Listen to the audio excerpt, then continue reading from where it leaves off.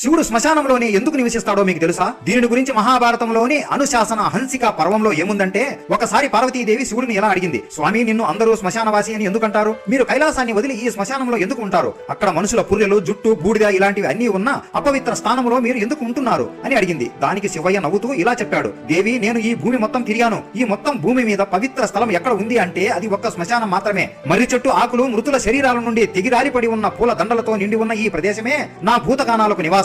నా భూతగానాలు లేకుండా నేను ఉండలేను. వాళ్ళు ఉండే ఈ ప్రదేశమే నాకు పవిత్రం. ఇదే నాకు స్వర్గం. ఇదే నాకు ఇష్టం. ఇది అపవిత్ర స్థలం కాదు దేవి, పరమ పూజ్యమైన స్థలం. అలాగే శ్మశానంలో ఉన్న భూతాలు అన్ని వెళ్లి మనుషులను పీడించకుండా నేను వెళ్లి వాటి ముందు నాట్యం చేస్తుంటే అవి వచ్చి నా ముందు కూర్చొని నా నాట్యాన్ని చూసి పరవశం అయిపోయి ఉదయం వరకు ఎక్కడికి వెళ్లకుండా ఇక్కడే ఉంటాయి. మనుషులు అందరూ ప్రశాంతంగా ఏ బాధ లేకుండా నిద్రపోతారు. నా భక్తులకు ఏమన్నా అయితే నేను తట్టుకోలేను. అందుకనే నేను శ్మశానంలో ఉంటాను అని చెప్పాడు. మరి శివయ్య ఒంటికి మొత్తం బూడిద ఎందుకు పూసుకుంటాడో మీకు తెలుసా? తెలిస్తే కామెంట్ రూపంలో తెలియచేయండి.